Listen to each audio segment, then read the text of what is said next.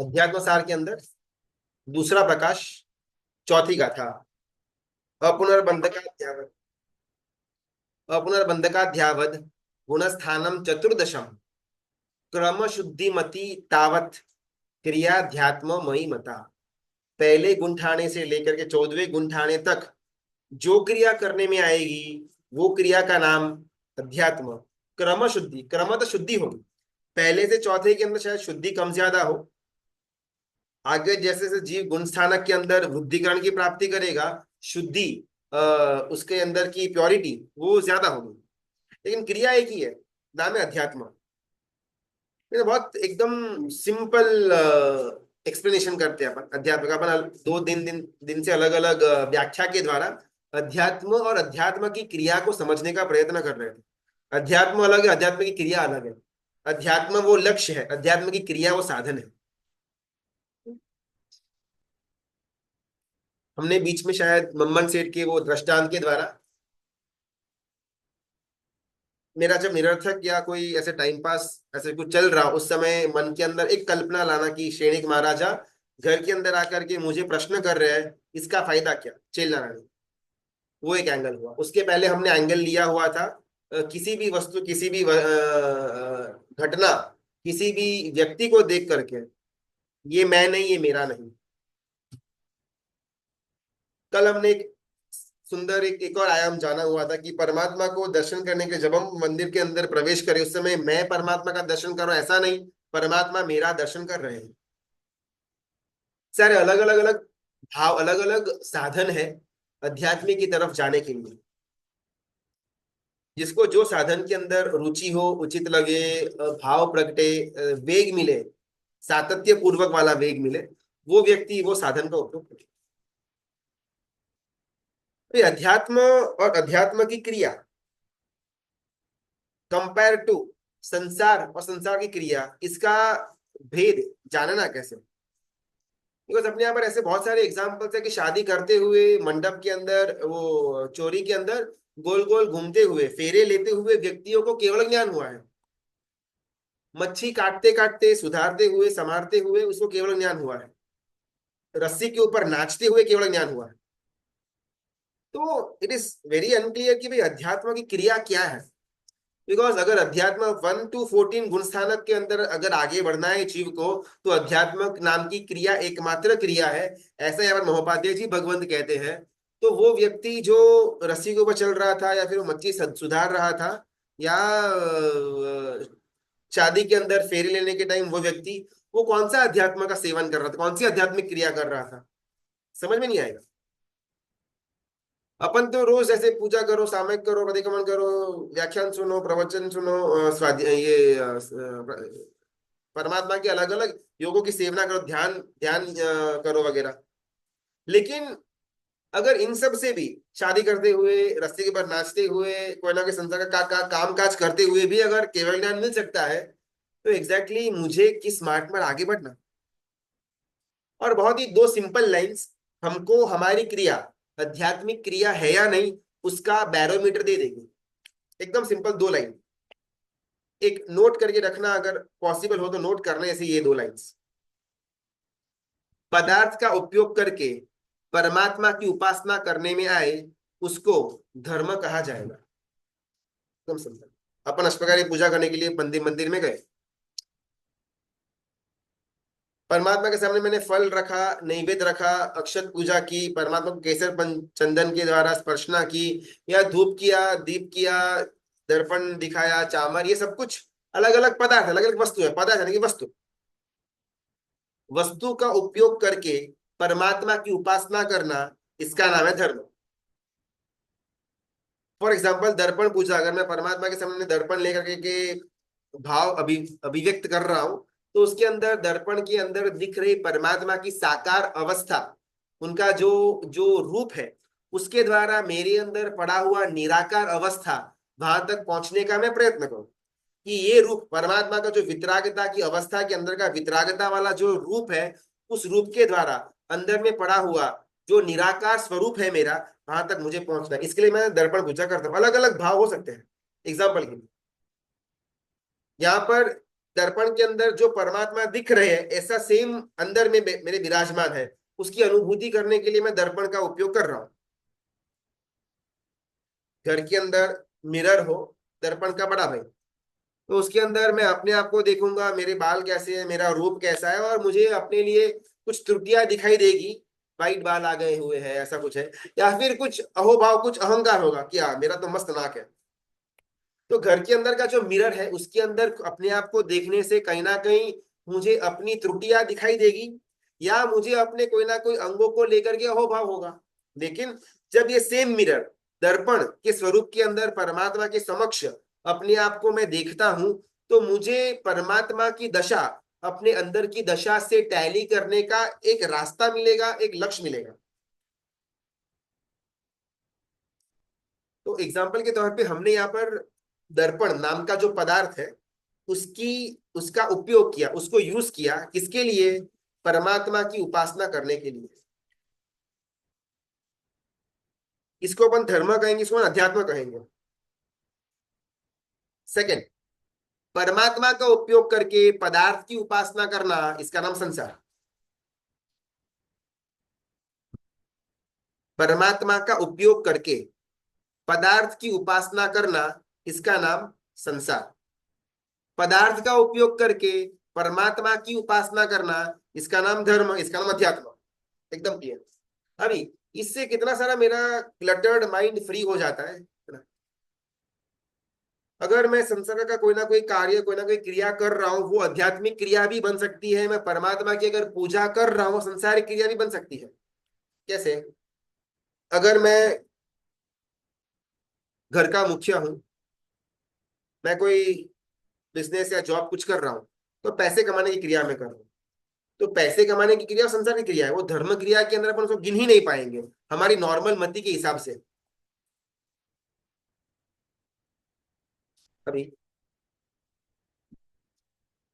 अपन ने स्टार्टिंग में जो इक्वेशन लिया ना, वो इक्वेशन के एक अंदर वाले, डेप्थ वाले अर्थ तक अपन पहुंचने के बाद ये एग्जाम्पल में जाएंगे। पदार्थ का उपयोग करके परमात्मा की उपासना करना, नाम है अध्यात्म, नाम है धर्म। परमात्मा का उपयोग करके पदार्थ की उपासना करना, नाम है संसार।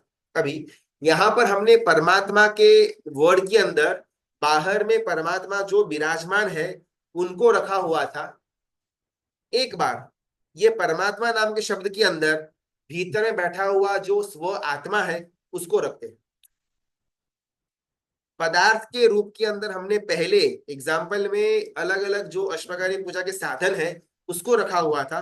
अभी उसके गूढ़ार्थ, उसके दूसरे दूसरे लेवल के अर्थ के अंदर हम पदार्थ में हमारा मन, हमारी इंद्रिय रखते हैं। पदार्थ यानी कि वस्तु, पुद्गल। मन पुद्गल से बना हुआ है, इंद्रिय का समूह पुद्गल से बना हुआ है। बीच में अगर कुछ कनेक्शन न हो, न मिले ना, तो आप बिंदास अपने आप को अनम्यूट कर करके प्रश्न पूछना। बिकॉज जब तक क्लियर नहीं होगा ना, तब तक अध्यात्म सार के अंदर आगे बढ़ना शायद पॉसिबल तो होगा, लेकिन वो सिर्फ कानों के स्तर से, अनुभूति के स्तर से पॉसिबल नहीं हो पाएगा।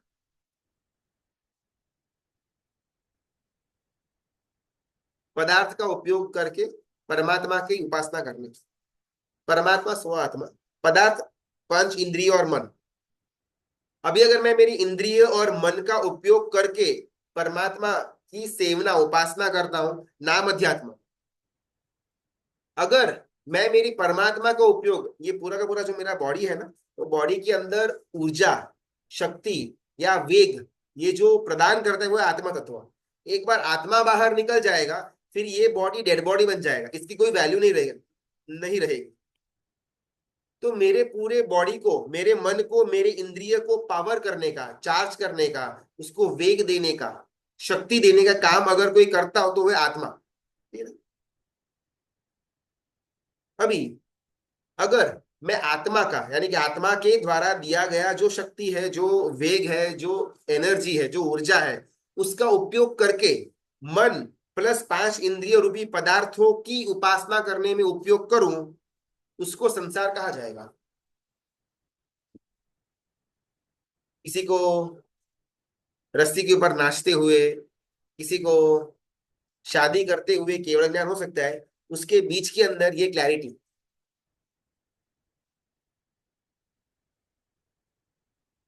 पुद्गल के उपयोग पदार्थ के उपयोग के द्वारा परमात्मा की उपासना, परमात्मा के उपयोग के द्वारा पुद्गल के पदार्थ की उपासना। इसके हमने दो अलग अलग मीनिंग किए। बाहर में विराजमान परमात्मा और वो परमात्मा की पूजा करने का साधन, उसको हम पुद्गल के अंदर रखते हैं। सेकंड, उसका अंतर का मीनिंग, मेरे अंदर में पड़ा हुआ आत्मा, वो परमात्मा के रूप के अंदर मैं उसको देखता हूँ, और बाहर में शरीर आया, मन आया, इंद्रिय आई, इच्छा आई, विचार आए, विभाव आए, ये सब कुछ पदार्थ। अभी मुझे ये इंद्रिय के द्वारा, मुझे इंद्रिय के उपयोग के द्वारा, मन के उपयोग के द्वारा आत्मा परमात्मा की उपासना करनी थी। इसको मैं अध्यात्म कहूंगा। फिर इसका उपयोग मैं शादी के लिए करूं, इसका उपयोग मैं रस्सी के ऊपर नाचने के लिए करूं, डजेंट मैटर। लेकिन इसके उपयोग के द्वारा अगर आत्मा की, परमात्मा की उपासना हो रही है, तो उसको आध्यात्मिक क्रिया ही कही जाएगी, फुल स्टॉप। लेकिन अगर मैं आत्मा के द्वारा दी गई शक्ति जो है, जिसकी संचालन, जिसके कारण से मेरा मन, मेरे इंद्रिय चालू है, अभी इसके अंदर अगर मेरा मन खुद की इच्छाओं को पूरा करने के लिए भागता हो, यानी कि आत्मा की शक्ति का उपयोग किया और मन ने और पांच इंद्रिय ने अपने अपने विषय की पूर्ति करने के लिए वो आगे बढ़े, तो इसको संसार कहा जाएगा। आत्मा का उपयोग से पदार्थ की उपासना करना, इसका नाम संसार। अभी हम जो कर रहे हैं डेली रूटीन के अंदर धर्म क्रिया, सो कॉल्ड, वो एक्चुअल में आध्यात्मिक धर्म क्रिया है या संसार की क्रिया है, उसको ये बैरोमीटर के द्वारा अपन जान पाएंगे। मैं परमात्मा की पूजा करने के लिए गया, लेकिन पूजा करने के अंदर मुझे गुणों का ग्रहण करना है, दोषों का देश निकाल करना है, ऐसा कोई भाव था ही नहीं। जस्ट लोगों को लगना चाहिए कि भाई मैं रोज पूजा करता हूँ, लोगों को लगना चाहिए मैं रोज स्वाध्याय करता हूँ, लोगों को लगना चाहिए कि मुझे ज्ञान आता है, इसके लिए मैंने ये सब किया। तो मैंने मेरी आत्मा का जो जो शक्ति थी, जो ऊर्जा थी, उसके उपयोग से मेरा नाम हो, मेरा शरीर हो, जो पदार्थ है, जो पुद्गल है, जो नाशवंत है, उसकी उपासना के लिए मैं आगे बढ़ा, इसका नाम संसार। लेकिन जब मैं यही पुद्गलों का, यही इंद्रियों का उपयोग करता हूं, आंखों से परमात्मा का स्वरूप को देख करके खुद के निराकार स्वरूप के अंदर लीन होने का प्रयत्न करता हूं, नाम है अध्यात्म। पुद्गल का उपयोग किया, परमात्मा का सेवन किया, उपासना की। मेरी जीव के द्वारा अगर मैं परमात्मा के गुणगान गाता हूं, किसी भी जीव के गुणगान, अनुमोदना, प्रशंसा करता हूं, ये मैंने पदार्थ का उपयोग किया परमात्मा की सेवना करने के लिए।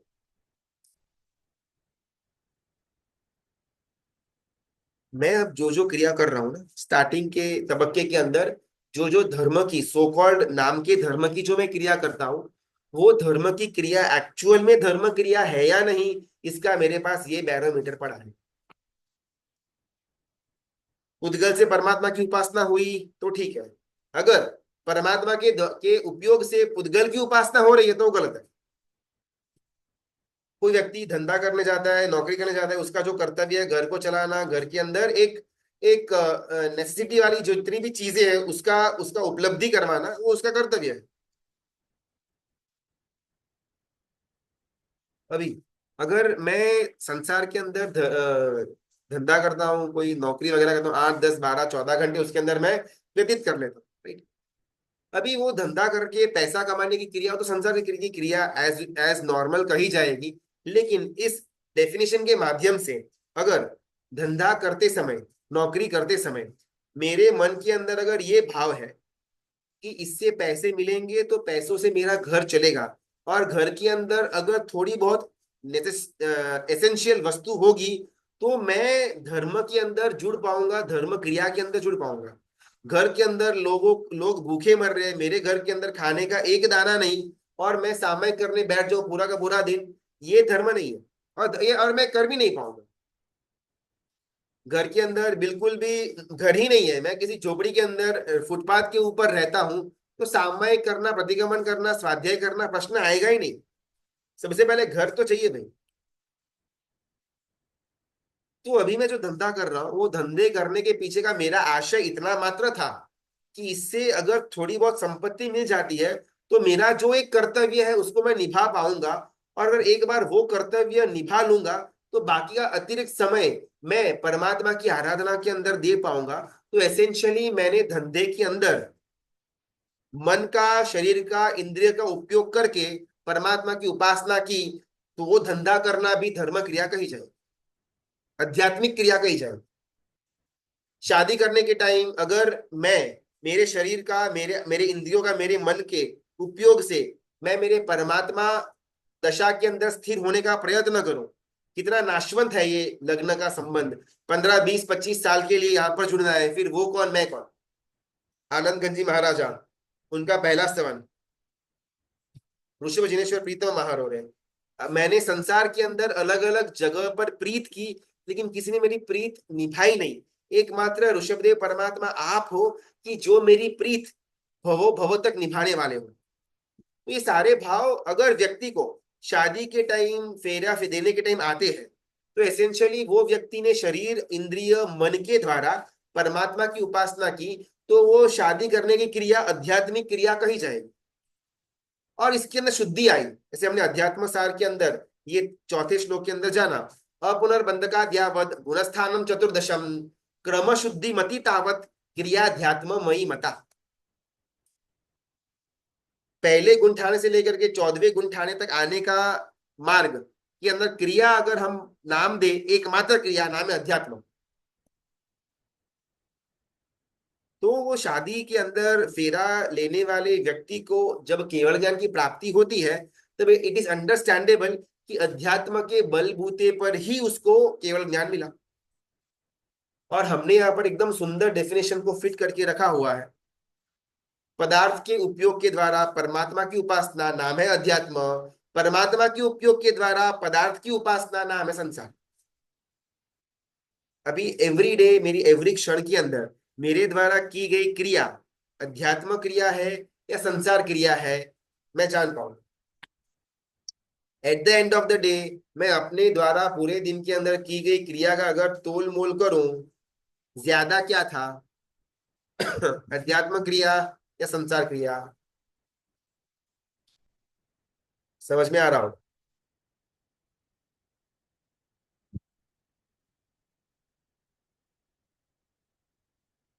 अध्यात्म वो एक बार करके छोड़ दिया, एक बार कर लिया फिर बाहर आ गए, ऐसा नहीं। जब तक जीव को केवल ज्ञान की प्राप्ति नहीं होती है, तब तक हर एक पल, हर एक क्षण जो साथ में रहे उसका नाम अध्यात्म।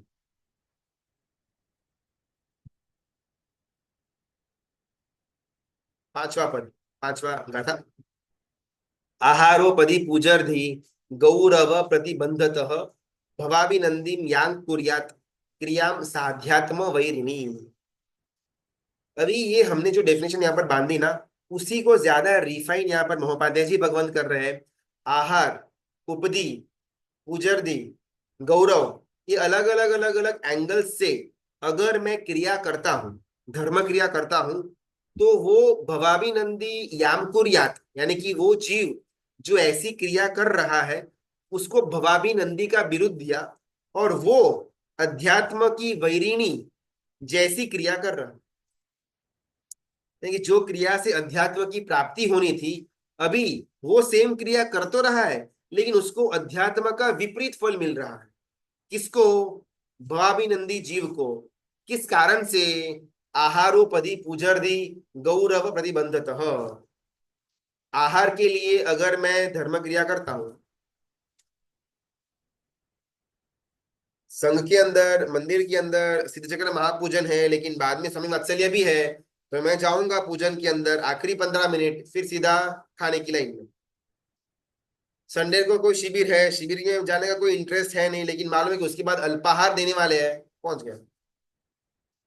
तो ये सब अगर मैं करता हूं, यानी कि आहार या उपदी, कोई वस्तु की लालच के अंदर, कोई रिद्धि सिद्धि की मेरी नामना हो, मैं पूजा करता हूँ, मैं तिलक लगाता हूँ, बिकॉज लोगों को मालूम पड़ना कि भाई मैं एकदम भक्ति वाला हूँ। बाकी मुझे कोई धर्म के प्रति इतना ज्यादा लगाव नहीं है, लेकिन लोगों को लगना चाहिए कि मुझे लगाव है। गौरव, ये सब अलग अलग कारणों के माध्यम से अगर मैं परमात्मा की सेवना करता हूं तो मुझे भवाभिनंदी जीव कहा गया हुआ है। और मेरे द्वारा की गई क्रिया, आध्यात्मिक क्रिया, फल के अंदर अध्यात्म नहीं, अध्यात्म का वैरी, अध्यात्म का ऑपोजिट पार्टी में जाकर के मुझे बिठा देगी। भवाभिनंदी याम कुर्यात क्रियाम साध्यात्म वैरिणी, अध्यात्म की वैरिणी ऐसी क्रिया वो भवाभिनंदी जीव करेगा। इसके अंदर सब कुछ समझ में आ गया, एक भवाभिनंदी समझ में नहीं आया। आहार के उपलक्षण में, वृद्धि के उपलक्षण में, गौरव के उपलक्षण में मैं धर्म क्रिया के अंदर आगे बढ़ूं, अंडरस्टैंडेबल। ये करने के द्वारा अध्यात्म का विपरीत फल मुझे मिलेगा, अंडरस्टैंडेबल। और ऐसे जीव को भवाभिनंदी कहा गया हुआ है। व्हाट इज भवाभिनंदी? अगली गाथा के अंदर महोपाध्याय जी भगवान इसका क्लैरिफिकेशन देते हैं। क्षुद्रो लोभ रतिर्दिनो मत्सरी भयवान छट अग्नियो भवाभिनंदी स्यान्निष्फलारंभ संगतः। यहाँ पर मैं इंडिविजुअली अगर भवाभिनंदी हूं या नहीं, इसका लक्षण क्या, इसका लक्षण क्या?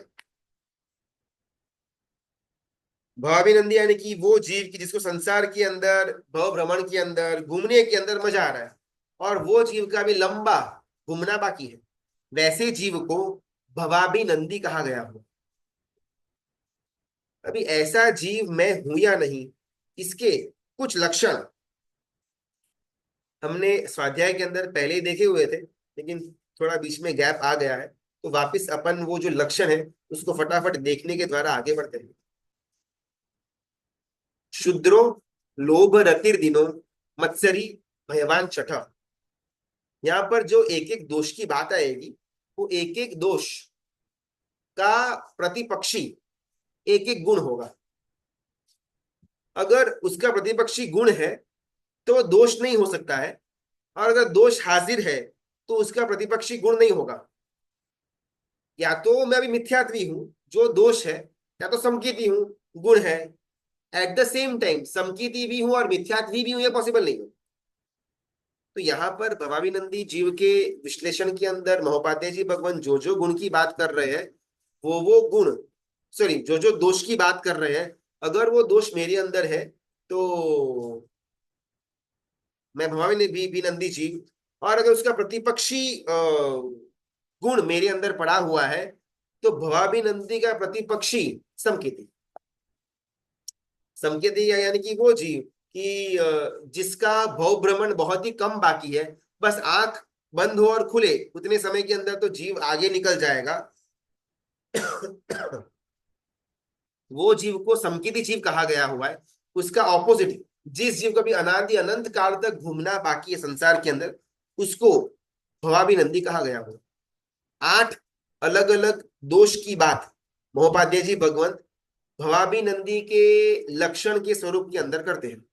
सबसे पहली बात आई शुद्रो। शुद्रो लोभ रतिर दिनो। शुद्र यानी कि, शुद्र यानी कंजूसाई, कृपण का। हमने हमारे स्वाध्याय के अंदर देखा हुआ था कि मंदिर के अंदर, संघ के अंदर, किसी तीर्थ स्थान के अंदर यात्रा करने में गए तो हजारों लाखों की बोली बोलनी हो तो कोई प्रॉब्लम नहीं होता है, लेकिन मिलते हुए हर एक गरीब व्यक्ति को 10 रुपए की नोट देने की बात आए, हमको लगे इससे तो संपत्ति हमारी लूट रही है।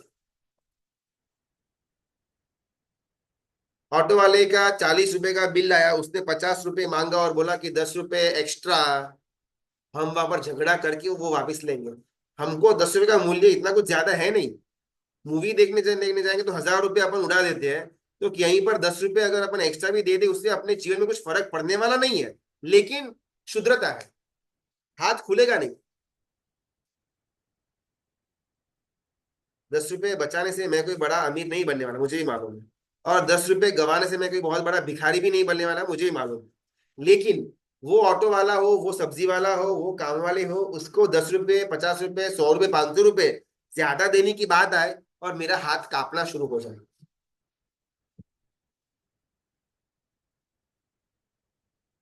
कहीं मार्केट के अंदर आग लगी हुई हो, हमारी दुकान बच गई और बाकियों की दुकान आग के झपेटे के अंदर आ गई, उस समय अंदर में जो कृत्रिम आनंद होता है, सारी मेरी कंपटीशन जल गई।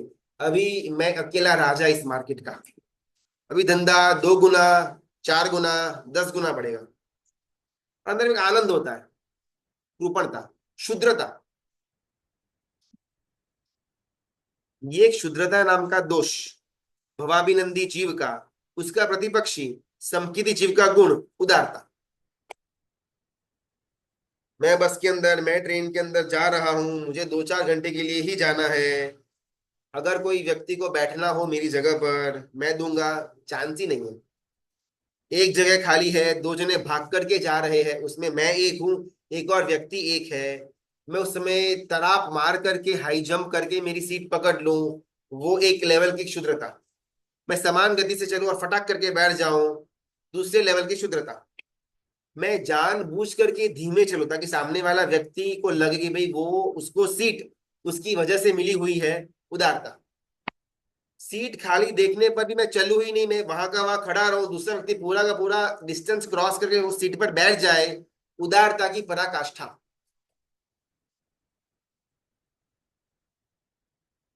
5-25 करोड़ रुपए का दान देना इजी है, ईगो का दान देना डिफिकल्ट है। हक से, न्याय से, जो मेरा है उसके ऊपर मेरे पने का भाव, इसका नाम ईगो।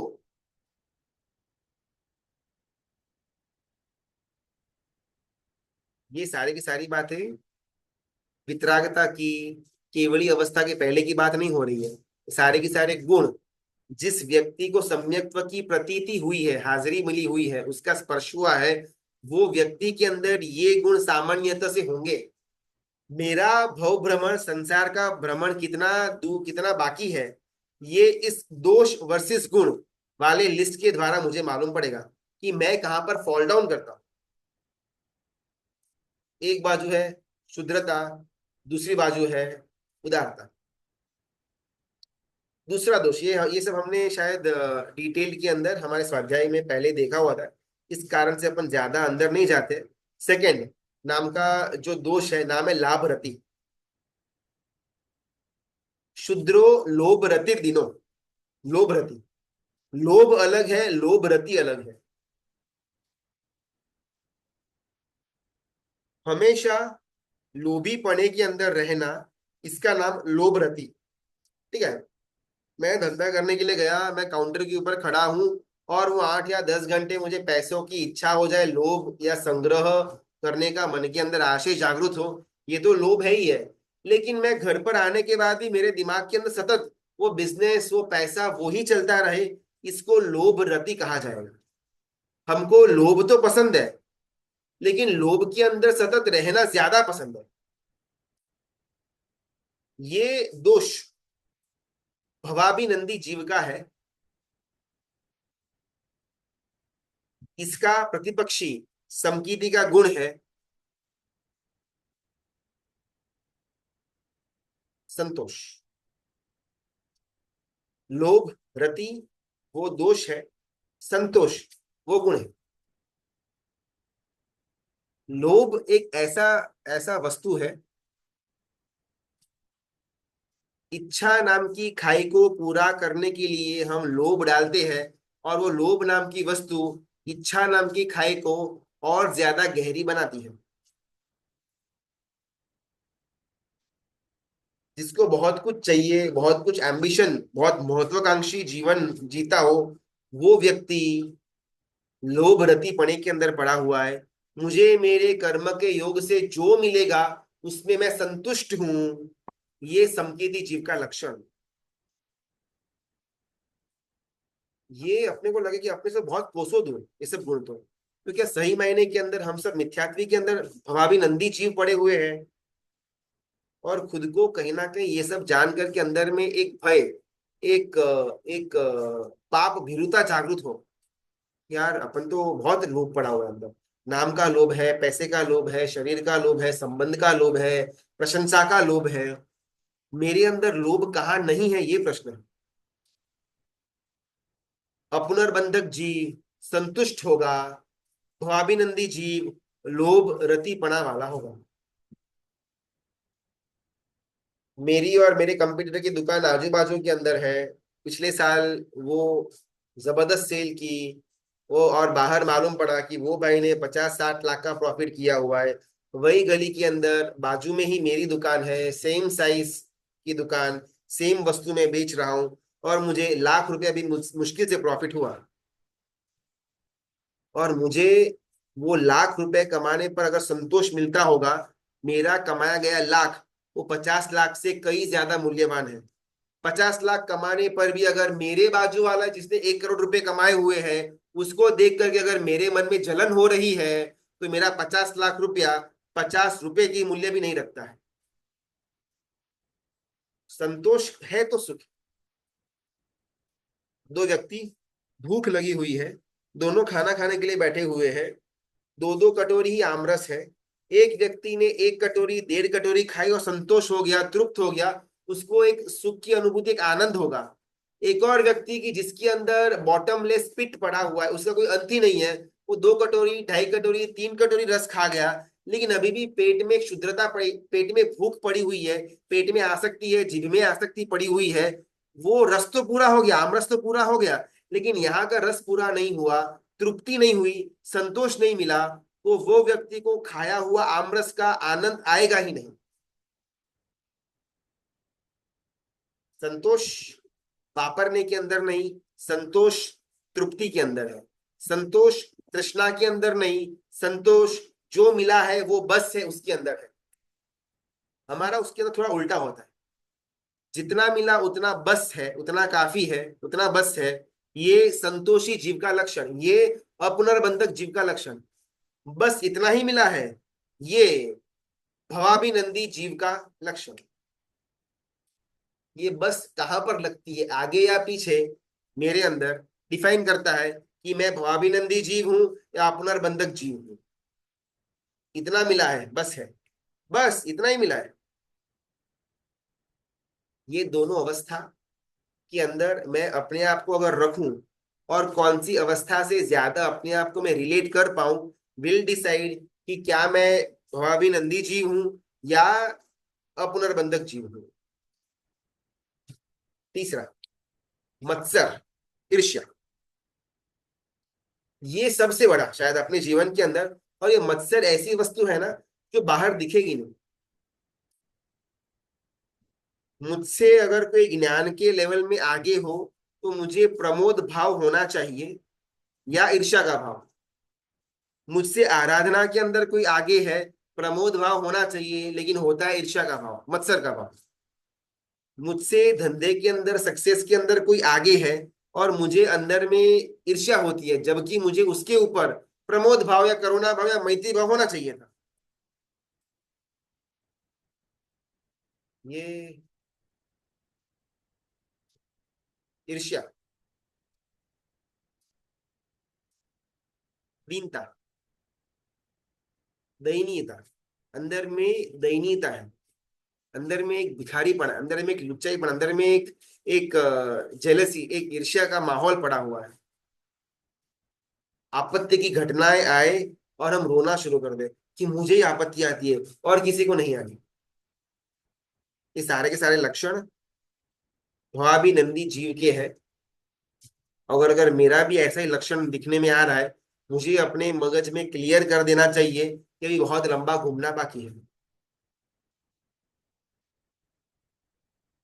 भावाभिनंदी जीव हर एक क्षण, हर एक स्टेप के अंदर दीनता, लाचारी, ईर्ष्या, मत्सर से भरा हुआ होगा। जरा सी बाजार की, स्टॉक मार्केट की परिस्थिति बदली और उसकी मनस्थिति बदल जाती है। जरा सी दिनचर्या के अंदर मन की समतुलता गई, रात को नींद हराम हो जाती है, दीनता आ गई। ये दीनता, ये मत्सर, ये ईर्ष्या, अंदर में एक जहर, अंदर में एक आग, ये मूल है डिप्रेशन का, टेंशन का, और मन के अंदर के विकारों का।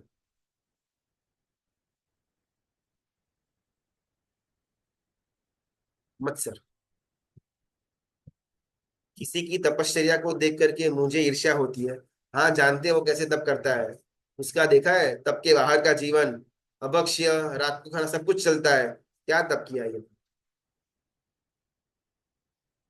कुत्ता जो होता है ना, उससे भी गई गुजरी हालत मत्सर के भाव से भरे हुए इंसान की होती है। कुत्ता को क्या तकलीफ होती है ना, कि आप उसकी गली के अंदर प्रवेश किया, उससे कुत्ते को तकलीफ है।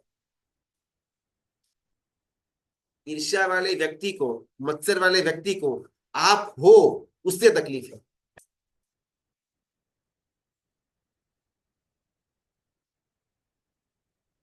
अपनर्बंधक जीव वो, यानी कि जिसका चरमावर्त के अंदर प्रवेश हो चुका हुआ है, बहुत ही कम क्षणों के अंदर सम्यक्त्व की प्राप्ति वो जीव को हो जाएगी।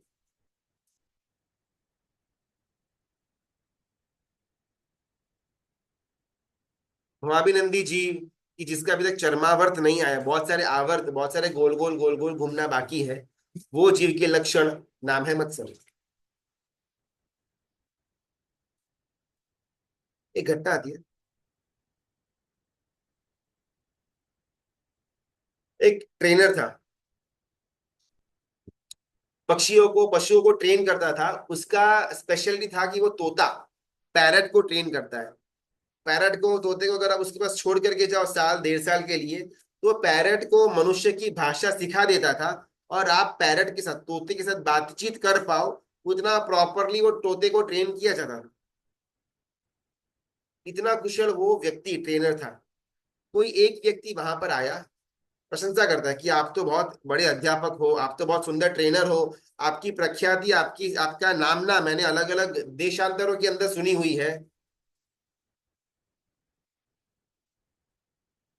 और वो व्यक्ति कहता है कि मेरे पास ना एक कौवा है, मैं चाहता हूं कि आप कौवे को भी मेरी भाषा सिखाओ। और वो अध्यापक कहता है कि मैं कुछ भी किसी को सिखाता नहीं हूं, तोते के अंदर सीखने की पात्रता पड़ी होती है, मैं बस वो पात्रता को सहायक रोल, सपोर्टिव रोल करता हूं। अगर तोते के अंदर पात्रता नहीं होगी, तो मैं चाहे कितना भी पुरुषार्थ करूंगा, कभी भी तोते को ट्रेन नहीं कर पाऊंगा। मेरा काम सिर्फ सपोर्ट देने का है। तोते के अंदर में पड़ा हुआ था ऑलरेडी, और उसको मैंने प्रकटीकरण किया। कौवे को मैं पूरा का पूरा जीवन सिखा दूंगा, लेकिन कभी भी कौवा इंसान की बोली बोल नहीं पाएगा, बिकॉज कौवे के अंदर पात्रता है ही नहीं सीखने की। जहां पर सामने वाले के अंदर पात्रता हो,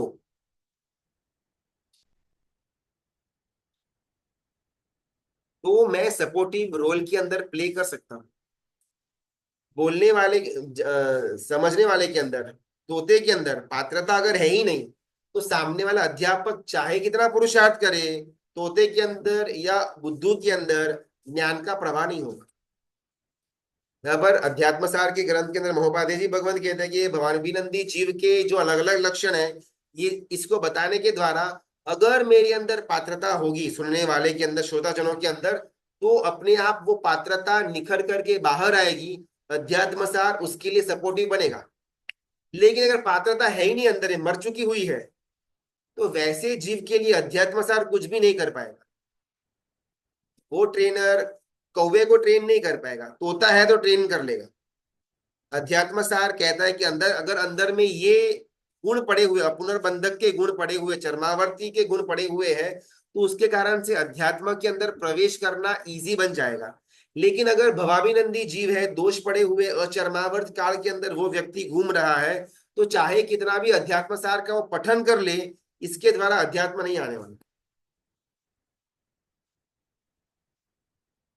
चंड कौशिक को देख करके फिर भी परमात्मा ने बुझ बुझ बोला, बिकॉज चंड कौशिक के अंदर सुधरने की पात्रता पड़ी हुई थी। संगम 6 6 महीने तक मरणांतक उपसर्ग परमात्मा को करने के बाद भी परमात्मा संगम को एक शब्द तक नहीं बोलते। एक तिर्यंश का सांप, उसको आपने बोला बुझ बुझ।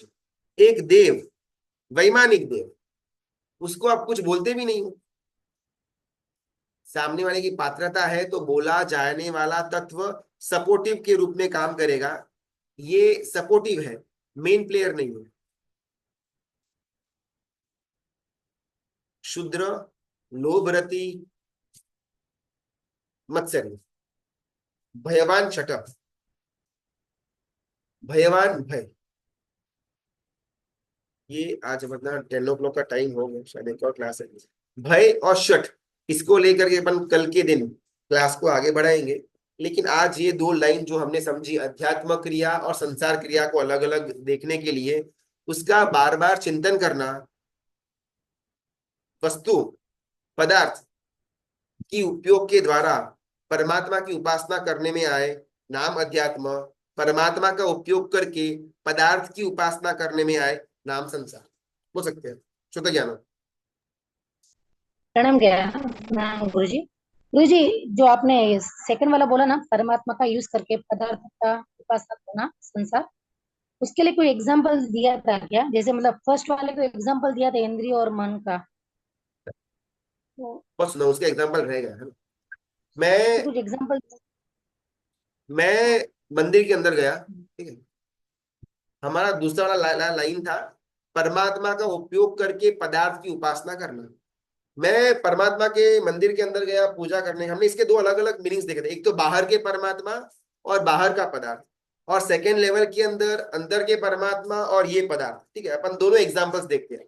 पहले लेवल के अंदर जब बाहर के परमात्मा का मैंने आलंबन लिया हुआ था, उस समय मैं परमात्मा की पूजा करने के लिए गया, लेकिन उसमें मुझे मन के अंदर भाव यही था कि लोगों को मालूम पड़ना मैं कितना धर्मी हूं।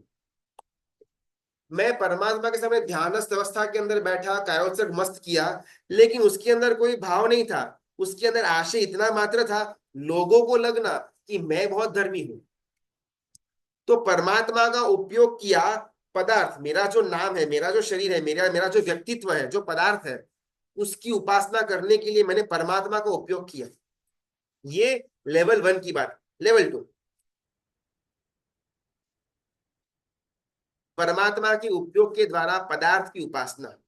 अंदर में पड़ा हुआ आत्मा तत्व जो पूरे बॉडी को ऊर्जा शक्ति दे रहा है, अभी उसके द्वारा मैं मेरे आंखों से विजातीय का चित्र चलचित्र देखने की जो इच्छा हुई, आंखों को मन को, उसको पूरी करने के लिए मैं आगे बढ़ूं, संसार क्रिया। अंदर में आत्मा की ऊर्जा थी, परमात्मा की ऊर्जा थी, तो ये शरीर, ये मन, ये इंद्रिय चल रहे थे।